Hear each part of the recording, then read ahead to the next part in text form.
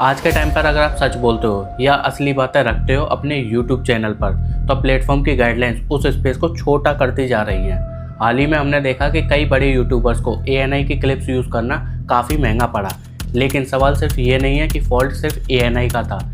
एक बड़ा सवाल YouTube की पॉलिसीज़ पर भी उठता है, और ये भी कि क्या YouTube की पॉलिसीज़ इतनी वन साइडेड हो चुकी हैं कि वो खुद बड़े बड़े मीडिया हाउसेस के फेवर में जा चुकी हैं। आप नोटिस करोगे जब कोई क्रिएटर सेम फुटेज यूज़ करता है तो उस पर कॉपीराइट स्ट्राइक आ जाती है, लेकिन सेम वही चीज़ न्यूज़ चैनल करता है तो उस पर कोई कार्रवाई नहीं होती। ये डबल स्टैंडर्ड क्रिएटर्स के लिए फ्रस्ट्रेशन का रीज़न बन चुका है। ऐसे लाखों केसेस होंगे जहां पर सभी ने फेयर यूज़ के चलते कुछ ना कुछ तो यूज़ किया ही होगा। यहाँ मैं सिर्फ क्रिएटर्स की बात नहीं कर रहा हूँ, मीडिया हाउस भी इंक्लूड हैं। जैसे जब भी कोई कंट्रोवर्सी होती है तो मीडिया हाउसेस को उस पर अपनी टिप्पणी देनी होती है, तो वो पर्सनल इन्फॉर्मेशन को भी फेयर यूज़ के चलते यूज़ करते हैं और दुनिया भर के सामने रखते हैं। इसे एक एग्जाम्पल के थ्रू समझते हैं। जैसे 2021 में आर्यन खान का ड्रग्स केस चल रहा था।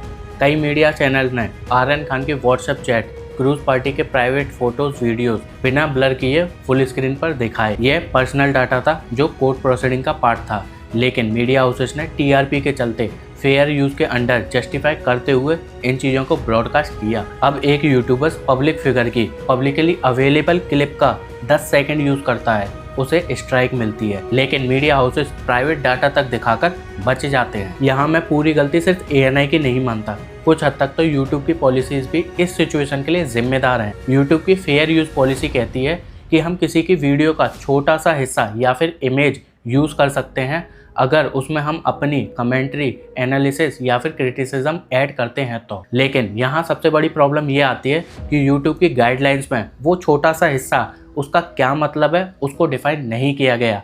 क्या 5 सेकंड की क्लिप यूज़ करना फेयर यूज़ के अंडर आता है या 15 सेकंड तक अलाउड है? ये चीज़ किसी भी गाइडलाइंस में डिफाइन नहीं किया गया। दूसरी प्रॉब्लम ये है कि जब भी आप मीडिया हाउस की क्लिप यूज़ करते हो, भले ही वो फेयर यूज़ के अंडर ही क्यों ना हो, तो YouTube का ऑटोमेटेड सिस्टम तुरंत उस पर कॉपीराइट क्लेम लगा देता है, बिना ये देखे कि आपका कंटेंट ट्रांसफॉर्मेटिव है या नहीं। इस ऑटोमेटेड सिस्टम में ह्यूमन रिव्यू का ऑप्शन ही नहीं होता और कॉपीराइट ओनर का डिसीजन ही फाइनल माना जाता है, जिसका सीधा नुकसान इंडिपेंडेंट क्रिएटर को होता है, क्योंकि मीडिया हाउसेस के पास उसका डायरेक्ट सपोर्ट और कंट्रोल होता है, लेकिन क्रिएटर्स के पास सिर्फ अपील बटन। और जब क्रिएटर्स अपील करते हैं तो उसका जवाब कब आए कोई गारंटी नहीं है। कई बार तो हफ्तों तक रेस्पॉन्स नहीं आता, बट जब आता है तो उसमें YouTube की पॉलिसी ही कॉपी पेस्ट होती हैं, जिसमें ये तक डिफाइन नहीं होता कि एक्चुअल में कौन सी पॉलिसी को तोड़ा है। तो जब तक YouTube अपनी पॉलिसीज को ट्रांसपेरेंट और बैलेंस्ड नहीं बनाता, तब तक ऐसे केसेस होते रहेंगे। लेकिन इसका मतलब ये नहीं है कि मीडिया एजेंसीज बेकसूर हैं।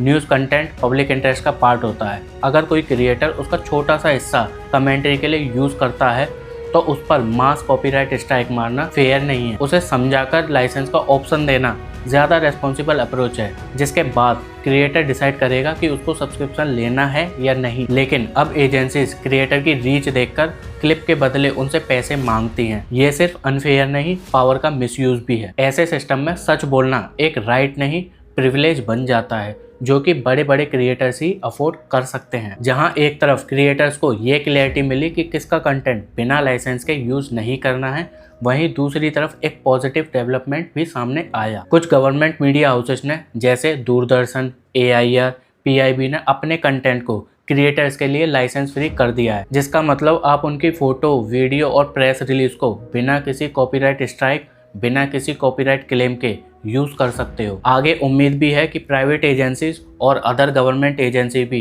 यही अप्रोच फॉलो करें और एक डिजिटल इकोसिस्टम बनाएं जहां पर सच बोलना और कंटेंट क्रिएट करना रिस्क नहीं, एक राइट हो। तो चलिए गाइस, आज की वीडियो में फिलहाल बस इतना ही। अगर आपको ये वीडियो अच्छी और इन्फॉर्मेटिव लगी हो तो वीडियो को लाइक, शेयर और मेरे चैनल को सब्सक्राइब करना बिल्कुल भी ना भूलें।